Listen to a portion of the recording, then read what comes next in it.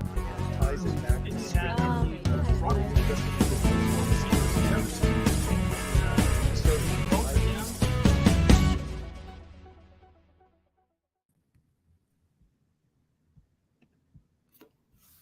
Good morning, everyone. Can't hear you, Rodney. You're muted. Oh, good am morning, I? Carrie. There you go. Yeah. Well, we heard you for a moment. You're muted again. Good morning, Carrie. Good Oh, morning, Lord. Jacqueline. Yeah, we've already got people with us in the comments this morning. We're so glad you're here. And thank you. As you can see, we've got a wonderful guest, Richard Mcfalls, who is a friend of I'm not hearing Rodney. either of you. I was not hearing you had- before. Yeah, I've not had the privilege of meeting Richard before, but I'm looking forward to this morning because we're going to have a wonderful visit. And while they're getting all the audio worked out, I'm just going to tell you, I'm coming to you from Japan. I am visiting my Yay! daughter right now, yay, in Japan. And so here it is 12:30 in the morning. So Wow. it's dark outside. Yeah.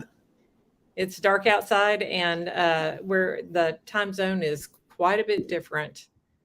So, but I'm just glad I'm Well, I'm here. so glad that you were able. I'm glad you're having a wonderful time there in Japan. That is just so awesome. You spending time with your wonderful daughter, like a good trip, you know. Yes, yes. Domo She'll be arigato. graduating from college in a couple of days. And so I came over here to see her walk the stage and cheer. Well, we've got a wonderful guest with us today. And, today is our title to this show is Be a Good Steward. And a lot of times, we spend a lot of time, planting seed. Of course, it's spiritual seed, but we also have to grow financially. And so I have a special guest on, and his name is Mr. Richard Mcfalls. And so had the pleasure of meeting Richard and just a fantastic dynamo all around guy here in Southern California, but wanted to kind of touch base and just have a great interview with somebody who has that know of how do you be a good steward when it comes down to your finances. So good morning, Richard. How are you doing? Good morning. You Just there? Can you hear hoping you me? can hear me okay. I had a little bit of trouble with audio, but just give me the thumbs up if you can hear me. We hear All you. right. We got you. Okay. Well, Yeah. Yeah. thanks for having me here. I'm very excited about the discussion. Yeah. So are we. Well, So are Richard, we. yeah, one of the things, Richard, that a lot of times we have a tendency to we think about finances, especially in our life. Our families. We're trying to plan, and it's an important time because right now you want to make sure that you are being a good steward, and of course, we all have the heart to make sure that we're doing our part and our tithes and our offerings. But over and beyond that, it's planting your own seeds, making sure that you have things working to your advantage. Talk to us a little bit about that, Richard. Tell me about you and what do you do? Well, I'm a financial professional, securities licensed, financial and insurance professional, and I just help people to reach better financial outcomes. And I approach it through the concept of stewardship, which is not really a concept. It's biblical, and Right. frankly, looking at it through the lens of stewardship and the lens of God's laws, it's only one aspect of stewardship. So we have to be stewards Right. not only of our finances, but of course of everything that we have been given as a trustee. And a steward is indeed a trustee. If we look at the book of Matthew 25:21, the good steward is recognized as the good and faithful servant who successfully managed the property of his manager. And if you look at that scripture, it says, his Lord said to him, well done, good and faithful servant. Over a few things, you were faithful over a few things. I will make you ruler over many things. Enter into the joy of the Lord. And as stewards, Wow. we're called to manage every area of our lives in a manner that gives glory to God. And so our finances Wow. are certainly not immune from that, but Mhm. an Hmm. integral part of handling stewardship in that way. You know, Richard, I don't think many people talk about stewardship very much nowadays, and a lot of people may not be fully aware of what we're even talking about when we refer to stewardship. Being a Hmm. steward of something is actually managing and taking care of something that doesn't belong to you. So could you That's Absolutely. right. elaborate on that a little bit? Well, like I said, it's like being a trustee, and essentially it's something that you're charged to handle it like it's your own. And Hmm. Mhm. sometimes when we are handling something of someone else's, we go into an office. I'm in my office right now. You may have a job, but maybe you're not paying the light bills. Maybe you're not buying the supplies. Maybe you're not responsible for the little things that add up, that might be expenses or might be detrimental to the business. But I'm just Hmm. an employee. I go in from 9 to 5, I leave, I go to my life, and I'm not concerned about what happens otherwise. If you're a steward, you Mm. have essentially a vested interest and you treat it Right. as it's your own. And Mhm. we have been given stewardship over the earth. Sometimes we might have Environmental. Right. like a look that it's like I'm going to heaven. It's like whatever happens, all this is going to pass Mhm. away. But at the same time, it's the place that we have to live. And I'll give you a quick story from years ago, probably about 30 years ago. I was working with Hmm. a friend, used to work in the music industry, but this is when I was in music retail. And Mhm. Hmm. I remember Earth Day approaching. Mm. And Yeah. I was kind of pessimistic about it. Oh, this is for tree huggers. Save the earth and all that. And this guy, who was not a believer, told me, "Well, it's the only place we have to live." And I immediately felt convicted because it's like, yes, you're absolutely right. And then it got Hmm. me. Of course, it reminded me of Genesis, where we were given, the charge to take care Hmm. of Mhm. this place and to cultivate it and everything else. Wow. And it is the only place that we have to live. So God Right. Yeah. gave us charge of that, and He doesn't want us to destroy it. So, Right. it doesn't matter how you think about certain things politically. We have to do what's best for our home that God gave us charge of, for us to Mhm. Hmm. to Mhm. to cultivate it and to improve it, not to destroy Mhm. it. So Mhm. Wow. we look at our finances in the same way. He owns it all. That's And right. Right. so He's given us, just like that servant that we mentioned, we can put it to work or we can hide it under our bed and do nothing with it. And God wants Mm. us to be productive with what He has given us charge with. Now, Mhm. and Richard, on average, what would you say? I mean, understandable. We have so many different costs and mortgages and different things, but what percentage is a safe sweet spot that we've got to kind of pull ourselves in on and make sure that we are setting aside and taken care of? What is a safe percentage? You know, is there a sweet spot for that? Well, there are different ways, and it really depends. We're all blessed with different amounts of assets. We Mhm. have Yeah. different amounts to work with, but the concept is pretty Hmm. much the same.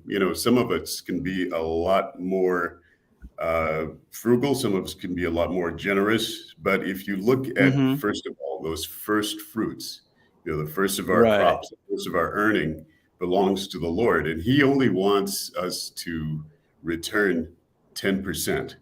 And if you look at that as a requirement or as, Yeah.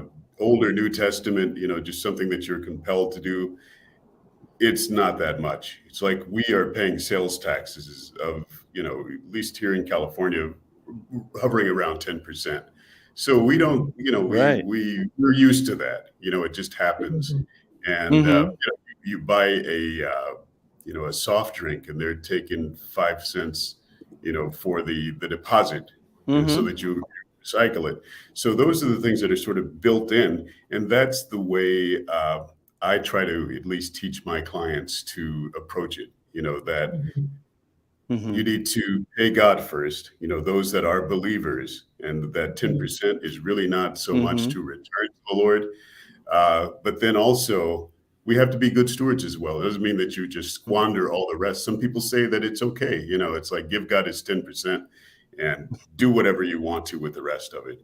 But, Yeah. Whether you take Right. another, just say 10% for a tithe, maybe 15 to 20% for a savings. And then beyond that, you might have, whatever your bills, your obligations are, investments. So there are different ways that pie can be divided.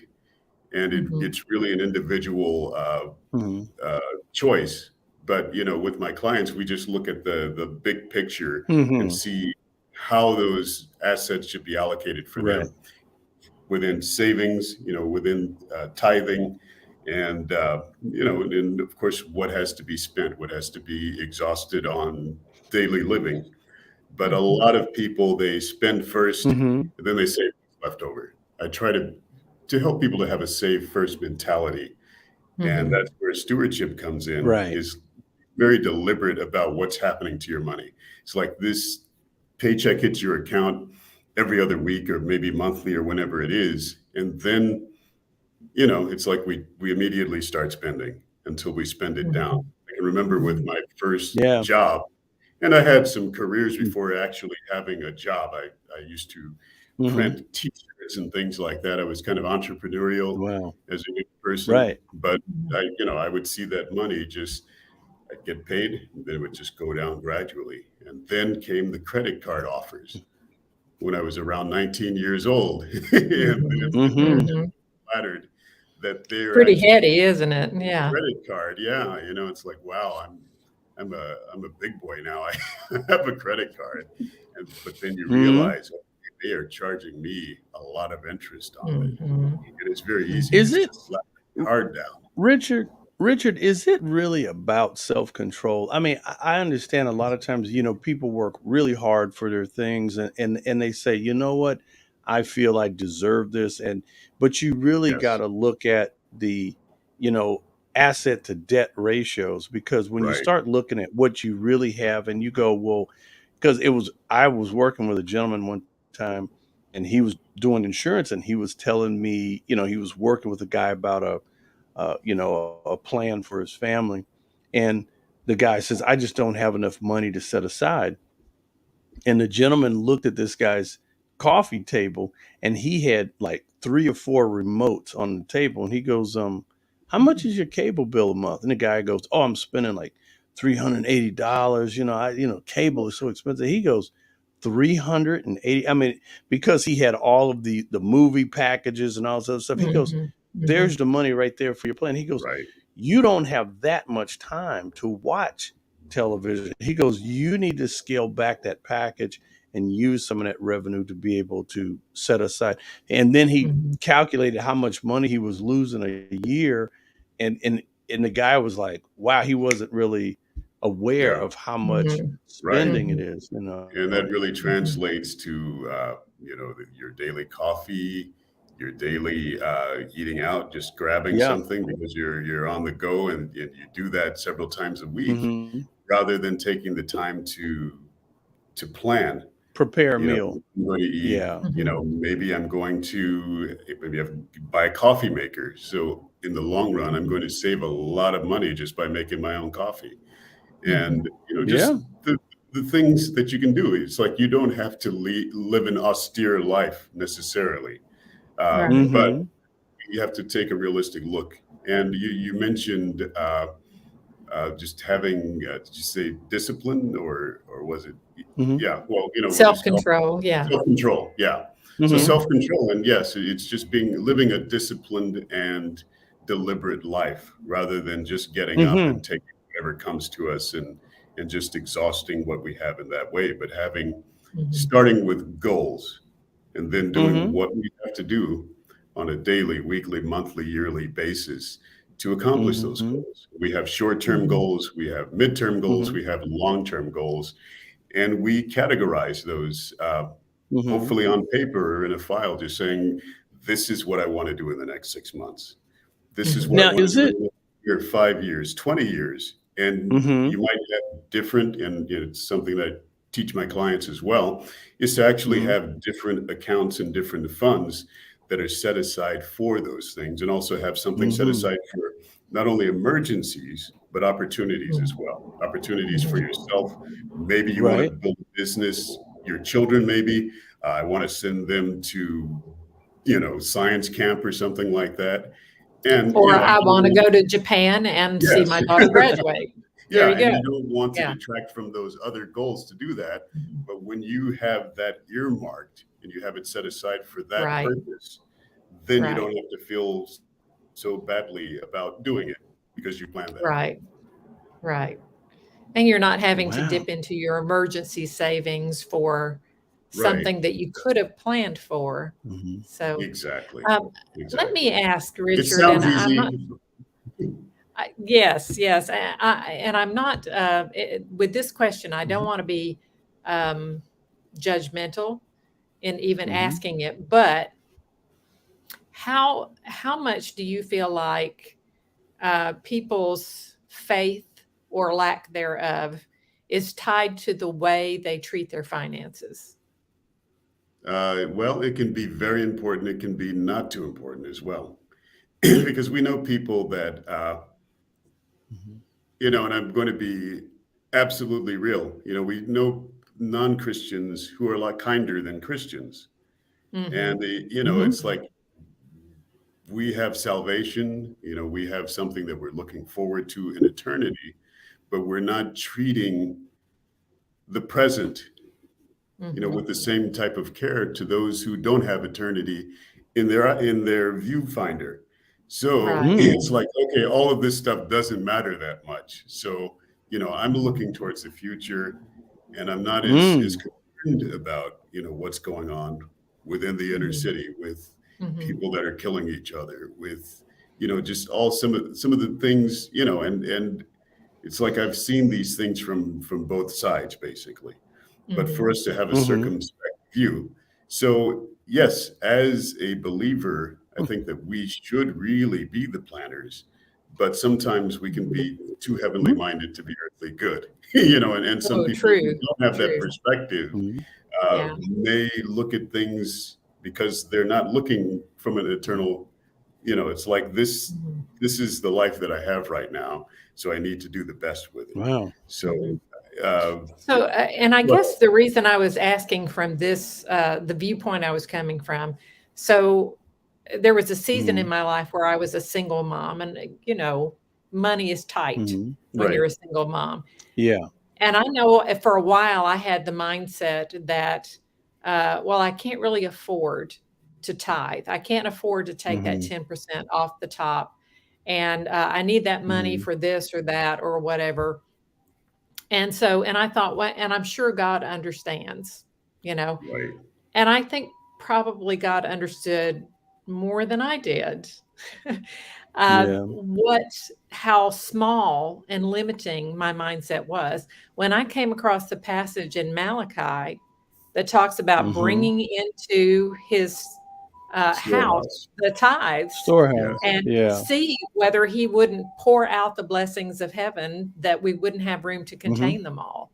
right, I thought, oh Hmm. my goodness, I have not believed God to do what God has said he would right, do. Hmm. So I started tithing after that, and I did see Hmm. exactly what he said, that Yep. suddenly, and I'm not talking about me getting rich. Sometimes the right, right, blessings weren't monetary, but it was something I didn't Right. have to Right. pay for, that I would have, or Hmm. something I wouldn't have had otherwise. So I saw he did do that, and it made me wonder Hmm. how often we, um, the limits of our faith limit what we Hmm. can do with our finances. right, right. Right. You're absolutely right.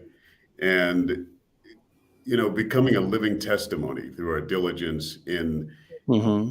holding on to God's promises, and it's not like a celestial slot machine or anything like that, Right, but it's right. being faithful Right. and believing that give and it shall be given unto you. Good Yes. measure, Pressed pressed down, down, shaken shaken together, together. and Yes. running over. That Yes. means that it's That's more than you right. can actually handle. Mhm. The Proverbs 21, I have it written down, 21:5. The plans of the diligent lead surely to plenty, but those of everyone who is hasty surely to poverty. And then Wow. Hebrews 13:5, let your conduct be without covetousness. Be content with such things as you have, for he himself said, I will never leave you or forsake you. So you're going to be okay. And sometimes it's Wow. okay to just be okay. We have a Woo. prosperity mentality sometimes within the church that I have to be rich, and that's how Right. I'm blessed. But riches come in many Right. different ways. I'm a That's stroke right. and so I had a stroke back in 2019, and Mhm. health. I just realized that is something that's very Yes. shows my Yeah. prosperity. Something that Yes. is not promised to me, something that I don't. It's like I couldn't speak to you the way I am right now. My speech Right. was slurred, Praise God. and so yes, I am rich with health. I'm not Yes. And perfect. he's also a wonderful radio personality here because he plays music. Can you talk about that just a little bit? Your music Sure. Well, side. so here's one of my nerd parts coming out. So I've been hosting and producing a classical music radio show for over 30 years, since Oh, wow. 1992. And it's all pre-Mozart stuff. So it's medieval, Renaissance, and Baroque music. And so I draw from my own collection of music to play all that stuff. So it's a lot of fun. It's a way that I can just share my love of music and the enrichment that music can add to life. And so it's a lot of fun. I enjoy doing that. And it's the longest running program of its type, this early music program in my market. So definitely in Southern California, there are others that are out there, different parts of the country that have been running longer than mine. I can definitely say that within my market, it's the longest Mhm. running. So, There you go. do we have to be in Southern California to be able to hear your radio program? You don't. You can stream it. It's on KXLU. So if you're in LA, you can listen to it on 88.9 Thursdays from 6 to 8. You can stream it. But also in the last, I'd say 6 months, we've started to archive the program. So you can listen to it anytime at kxlu.com. Love Yeah. that. Okay. Love that. Yeah. Thank you so much for sharing that with us so that we can take part in that too, all of us. Yeah. Well, it Just a would be little my pleasure. classical. That's, one of the things that gives me joy, not only sharing and helping people to have those better financial outcomes, but also to Mhm. enjoy life along the way, and music and Right. the arts are just some of those things that really help us to do that. Yeah. Right. Right. Richard, I got a question.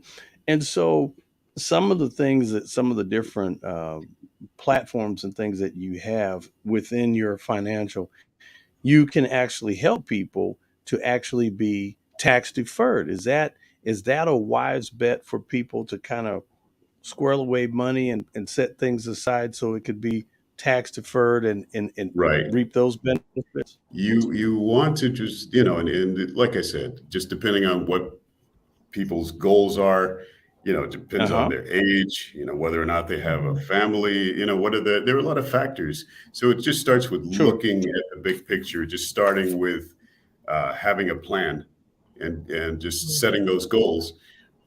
Second step is prioritizing those goals. Third Mm-hmm. is to initiate a plan of action. And then the fourth is just to review progress. So, whether we're talking about taxable, tax deferred, we usually have to have a mixture of all those things. Like a traditional 401k or IRA, you are tax Mm-hmm. deferred, so you're going to be taxed on all of that in the future. And Mm-hmm. we have high tax rates now, and we anticipate that they're going to be lower in the future. That's a great plan, but we don't know where taxes are going to be. Right. We've been Right. in a fairly low tax environment, even though it doesn't seem like it. The highest brackets are not near what they were earlier in the last century. Mm-hmm. So we are paying Wow. taxes now and they're going to be lower in the future, yes, that's good. But if they're going to be higher in the future, then we look at the seed versus the harvest. And if you're paying taxes on the big harvest later on, that's not necessarily the best thing.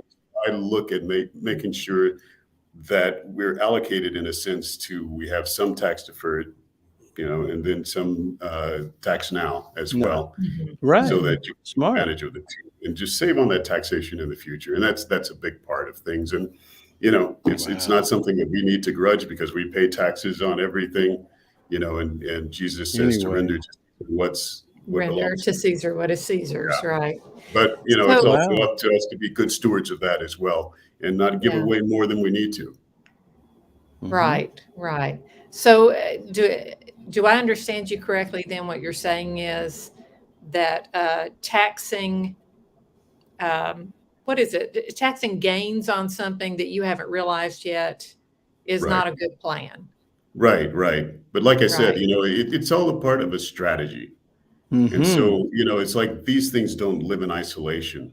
So they all work together. And that's why, it's good to have a coach, like myself, not to toot my own horn, but we all need accountability, and we all need, just some insight. And that's what I provide. And also bringing in a team to, to cover the areas that I don't try to be an expert on everything. So I will bring in the people, who I trust to take care of their part of this whole, big picture, whether we're looking at the estate plan, looking at, the will and the trust and things like that. I'm not an accountant, so bringing in a good CPA and making sure that all of those different elements are working together in concert and in harmony, so that we are not, sometimes you can have a CPA and a financial advisor working against each other, because your CPA is trying to reduce your taxable income now, and your financial advisor may be trying to reduce it in the future. And so those are working against each other. And then you might have another person who might be looking out for their interests. It's like, okay, well, if you do that, you're not going to buy anything from me, and I'm not going to get my commission. Right. But all of those need to be on the same page. And it's essentially Richard, that's incredible. And that is what having financial planning is all about. And so, Richard, we're almost to the end. If you can, really quickly, if someone had questions and wanted to be a better steward of their finances, how could they get in contact with you? It's easy. If you can remember how to spell my name, it's just richardmcfalls.com. And if you go there, you can set up an appointment with me. You can contact me through that. No obligations. I would love to meet some of the people that are listening here. And if you have questions for me, I'm glad to answer any of them. And you don't have any obligations to work with me. I consider what I do as a part of my ministry, and so it's just helping people to, like I said, have those better outcomes. Well, Richard, I appreciate you being on. I'm sorry, I have ahead. one more question. I think we got just enough time for it. Do people who make, say, less than $100,000 a year, do they need a financial planner like someone who made more would? Yeah, I mean, frankly, a person who makes more may get more out of some of it, but everyone needs those principles to start with, needs the guidance, needs to start setting those goals. And they may find out that they're in much better shape than they thought that they were. I have some people who make a lot less than some of my other clients, but they have handled their finances so well. It just amazes me. And it's like they have very little debt, and they're living better than some of those people that are making a lot more and just spending everything and buying toys and, getting the bigger houses. And, it's like they get a raise and it's like they never got it. Or they get another job where they're making more money, but it all just evaporates because they're not being diligent about it. Yeah. But no, if a person is making $30,000, which is hard in Southern California, around the country, it's a little bit better, but it's a place to start, and it's a place, to make sure that you're being a good steward of what you have, whether it's $30,000 or $30 million. Wow. Right. Yeah. Right. Well, Love And I can that. with any You of are those. a wealth of knowledge, and we really appreciate your insight. Hopefully, be able to have you back on again, maybe do a little deeper dive in, have some Yeah. other examples and things like that. So everybody and Yurik and all of our viewers out there, thank you for your comments. Jacqueline, thank you so much. Jacqueline Edwards, thank you so much for watching. And I think that's going to be the end for this episode. And I'm going to let Nina have a good time there in Tokyo. And I'm going to let you wrap it up, Nina. Well, from Japan, let me say, y'all be of good courage. God is with us, and we are not alone. Bye, Amen. everyone. Bye-bye. God bless. Have a great week, everyone. Bye-bye. Sayonara. There you go.